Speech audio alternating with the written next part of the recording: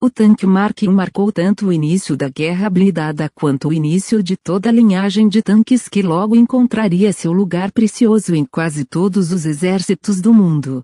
É importante lembrar que, apesar de ser uma arma de guerra, aperfeiçoada na arte da morte e destruição em terra, o tanque também salvou vidas, milhares delas.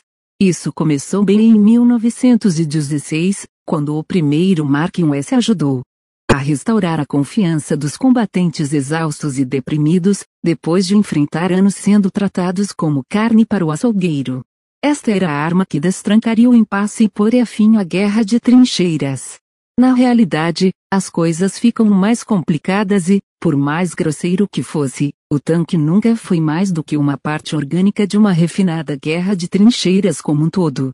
Novas táticas de infantaria, inauguradas pelos canadenses em Vimy Ridge, barragens de artilharia rastejantes com horários extremamente precisos, melhor reconhecimento aéreo e até metralhadoras e bombardeios aéreos e, claro, melhor coordenação com tanques.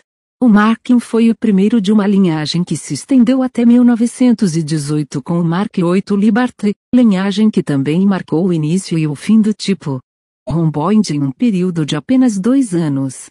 Como o famoso protótipo Little Willie é celebrado como o primeiro tanque prático, construído há 100 anos, o Mark I foi o primeiro tanque operacional. O Big Willie, em uma ilustração mostrando o primeiro tanque sendo testado com uma roda traseira. Segundo as fotografias, foi pintado de branco, cor adotada pela Marinha para veículos terrestres. Little Willie O tanque MK-1 foi o primeiro tanque operacional no exército britânico e no mundo. Foi baseado no projeto Little Willie, a máquina Lincoln, apoiado pelo Landships Committee, liderado por Walter Wilson e William Triton. Foi em grande parte uma tentativa de superar os problemas do modelo anterior. Uma das soluções foi evitar adicionar uma torre e montar as armas em suportes. O Little Willie, também conhecido como Lincoln Machine No. 1, foi testado e modificado, e as lições foram levadas em conta para o desenvolvimento do Mark I e seu protótipo, denominado Big Willie, mais comumente, Motor. O protótipo de produção em dezembro de 1915, o protótipo final estava pronto para os primeiros testes, que ocorreram em abril de 1916. Ele foi nomeado oficialmente como His Majesty's Landship, mas era conhecido coloquialmente como Motor ou Big Willie, como uma piada dirigido ao Kaiser alemão e ao príncipe herdeiro, ambos chamados Wilhelm. Nesse ínterim, o Comitê de Abastecimento de Tanques sucedeu ao Comitê de Navios, sob a presidência de Albert Starn. Outros membros incluíam Ernest Swinton, o chefe do comitê, o general Haig, que atuou como oficial de ligação, Hugh Ellis, que mais tarde se tornaria o comandante da força de tanques na França. Os julgamentos foram realizados em uma reconstrução impressionante da terra de ninguém com trincheiras, parapeitos, crateras e arame farpado, e impressionaram todos os oficiais, exceto o secretário de guerra, Lord Kitchener.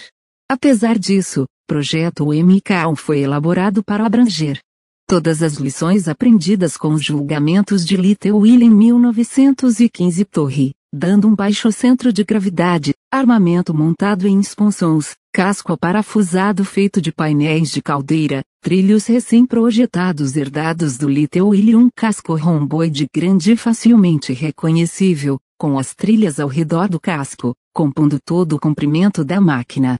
Esta forma não pode ser subestimada. Enquanto a Grã-Bretanha aprendeu o difícil ofício de atravessar terrenos lamacentos e cheios de crateras com a máquina Lincoln anterior, uma solução radical foi adotada, que se mostrou adequada à tarefa, mas radical demais ao mesmo tempo, e surgiria nos anos do pós-guerra. A mãe em provações.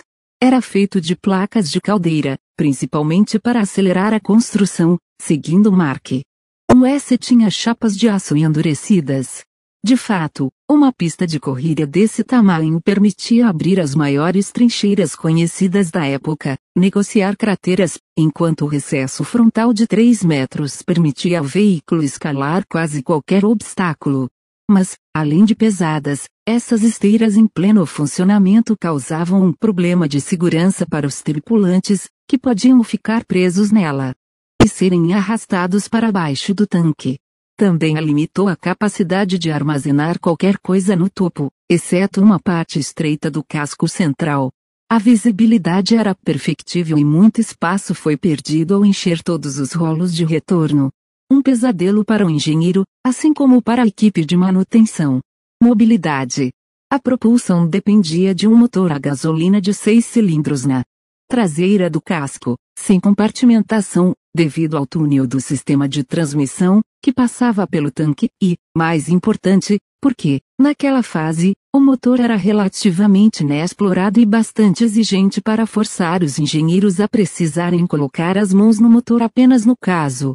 Além disso, o motor teve que se esforçar bastante para transportar as 28 toneladas de aço com seus apenas 105 cavalos de potência, com uma baixa esmagadora de 3,7 HP por tonelada. Não surpreendentemente, o fardo foi aumentado pela natureza incrivelmente pegajosa da lama, que foi demonstrado por estudos recentes apenas se prender ao metal, o que significava que uma força tremenda era necessária para extrair o que quer que estivesse mergulhado nela. Pelo menos no caso das pistas, a forma plana e o arranjo em série tornavam mais provável o surf na superfície, embora levasse uma grande quantidade de lama no processo. Estar entupido em um sumidouro era exatamente o nível de esforço que o valente pequeno Daimler não estava pronto para empreender.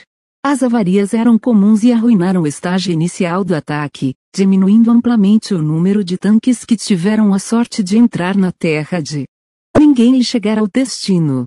Além disso, o motor não estar separado do compartimento de combate provou ser ruinoso para a tripulação, que adoeceu rapidamente, mas essa característica permaneceu inalterada até 1918. O Estado-Maior também não viu essa doença como uma limitação, dada a distância relativamente curta que tinha de ser atravessada entre trincheiras opostas. Equipe técnica. A tripulação era composta por 8 homens, dos quais 2 eram motoristas, um para a caixa de velocidades e outro para os travões, e outros 2 controlando as mudanças de cada via. Este sistema precisava de uma coordenação perfeita, o que era difícil devido ao ruído interno e aos capacetes de couro protetores que usavam. Os outros 4 eram artilheiros, servindo os canhões de 6 libras e as metralhadoras. Dependendo do armamento 50% do MC. Estavam armados com 2 metralhadoras nos sponsons e 3 metralhadoras, 2 nos sponsons, uma chial no casco, denominadas machos, e a outra metade eram fêmeas, armadas com 5 metralhadoras. Estes eram modelos Vickers ou os equivalentes refrigerados a ar de 8 mm, 0,31 Paul, Oshkis. Os tanques eram bastante grandes, pesando 28 toneladas com um casco de 8 metros de comprimento e um comprimento total de quase 10 metros com a roda traseira adicional, pequeno Willy. Ele foi projetado para ajudar a atravessar trincheiras muito grandes, mas depois se mostrou impraticável e foi abandonado. Produção. Nada menos que 150 MK1S foram construídos na William Foster e Co. Lincoln Metropolitan Carriage, Wagon Finance Co. Em Ednesbury.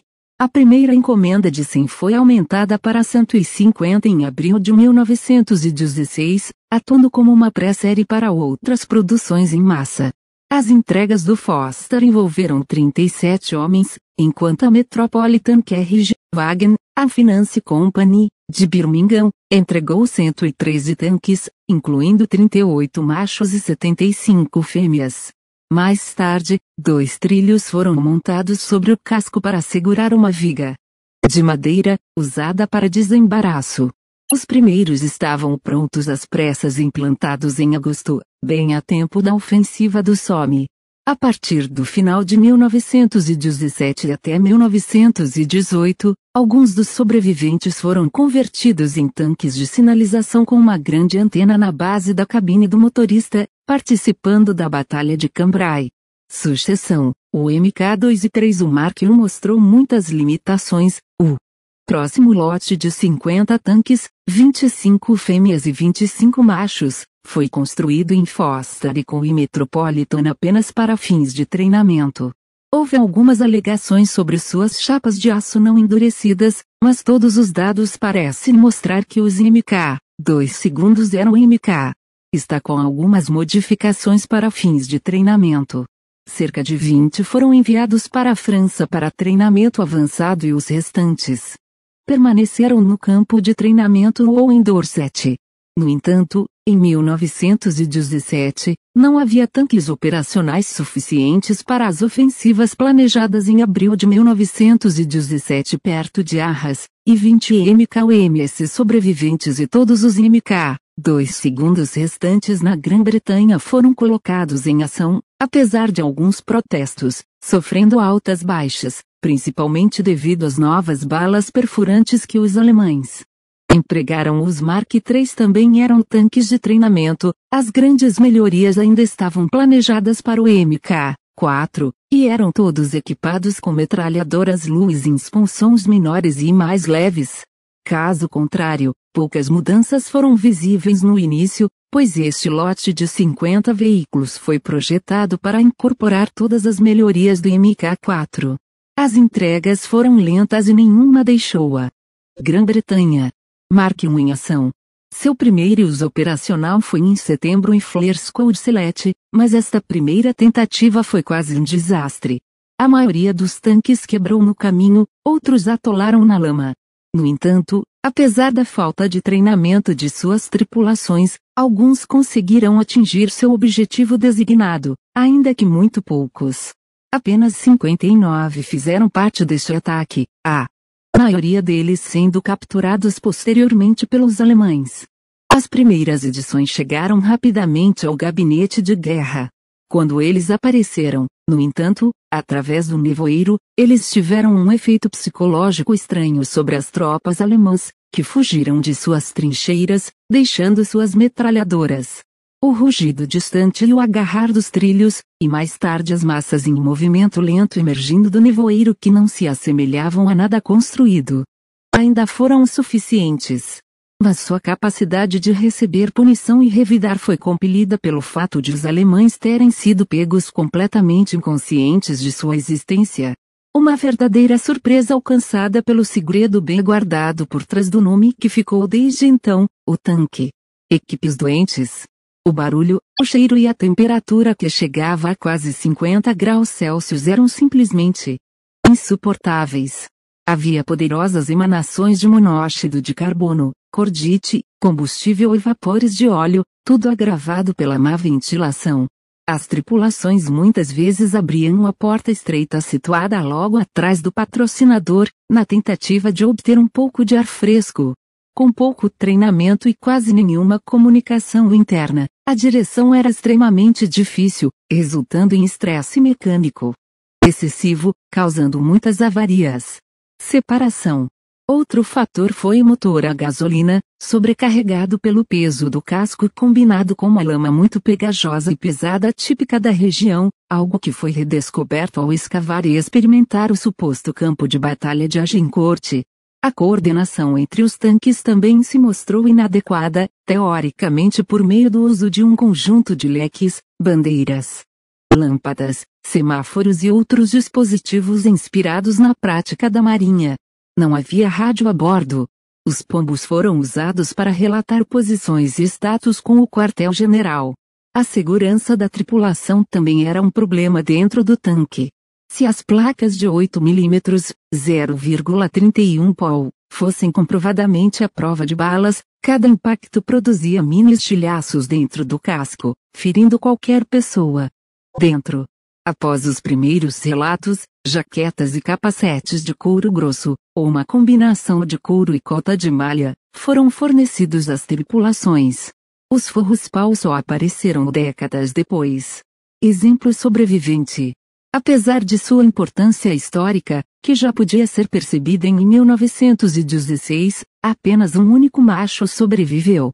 O tanque de combate sobrevivente mais antigo do mundo é exibido no Bovington Tank Museu, em exibição estática. Seu número é 705, C-19 foi nomeado Clan Leslie, mas sua verdadeira identidade e história de guerra permanecem um mistério. Foi sugerido que poderia ter sido usado como um tanque de treinamento de motoristas, numerado 702, o segundo Mark I construído. Foi descoberto em 1970 nos terrenos da Hatfield House, o primeiro campo de testes do mundo para